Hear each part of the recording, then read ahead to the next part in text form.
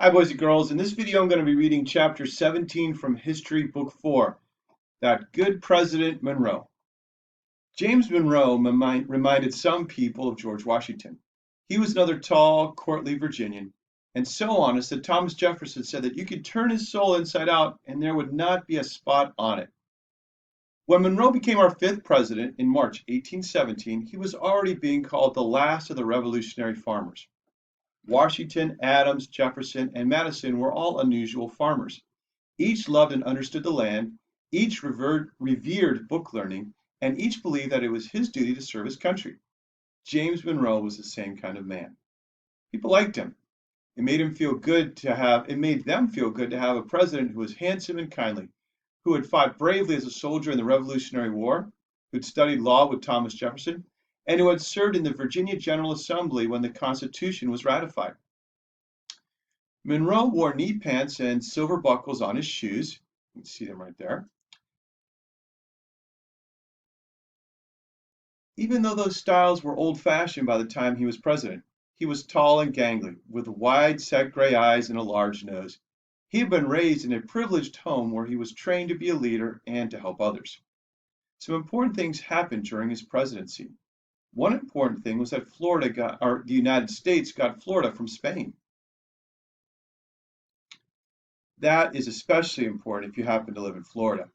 Spain, such a mighty country in Columbus's time, had become weak.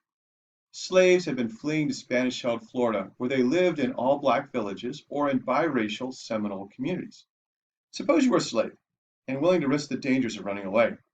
If you lived in Virginia, Maryland, or Kentucky, you would probably head north and try to make it to Canada. But if you lived in South Carolina or Georgia or Alabama, you wouldn't have much chance of escape if you went north. If you headed the other way and were lucky, you might just get to Florida. There the Seminole Indians would protect you. You can see why the Southern slave owners hated the Seminoles. They were angry with the Spaniards for not making the Seminoles return their runaways. In 1817, Secretary of War John C. Calhoun sent General Andrew Jackson into Florida. Jackson was on Spanish soil, and he was supposed to be only capturing runaway slaves. But he did, let me just go to the next page here.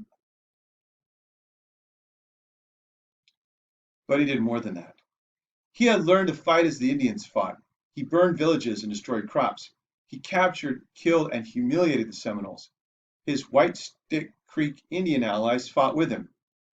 More than half his soldiers were Creeks, that's another Indian tribe. It was the First Seminole War. Osceola, who was now 14, was taken prisoner, but later released. Some Americans were upset. They thought Jackson had gone too far. The Spaniards were really upset. John Quincy Adams was President Monroe's Secretary of State. He offered Spain a deal. He said the United States would pay Spain $5 million for Florida. Spain could still hold on to Texas and California and other western regions. The Spaniards signed John Quincy Adams' treaty. They had no choice. Spain was too weak to fight. General Andrew Jackson was named governor for the new U.S. territory, Florida. It was 1821. Lots of people in the United States couldn't wait to move to Florida. But what about the Seminoles? They had to make way for the white settlers.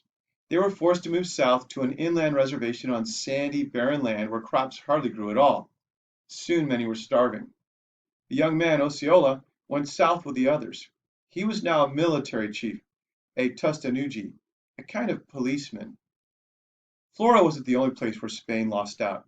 Spain and Portugal could no longer control their colonies in South and Central America.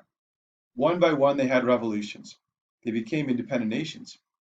As soon as that happened, other European countries began to look greedily at these new Latin American nations. James Monroe and John Quincy Adams decided something needed to be done to keep Europe out of the Americas.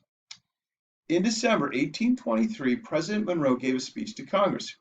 He said that the American continents were closed to other nations. He told the European countries that they were not welcome to look for colonies in this hemisphere. That means North and South America. The United States will not interfere in Europe's affairs, said Monroe, so Europe should keep its hands off America. That speech is very famous. What he said is called the Monroe Doctrine, and it has been American policy since the days of James Monroe. The years that Monroe was president have been called the era of good feelings. Most things were going well in the country. The old fight between Hamiltonian Federalists and the Jeffersonian Republicans seems to have died down. But it's hard to have people in politics without having arguments, and before long, people were fussing about politics again. And now there were new parties and new arguments. And that's it for chapter 17, boys and girls. Thanks for listening. Bye bye.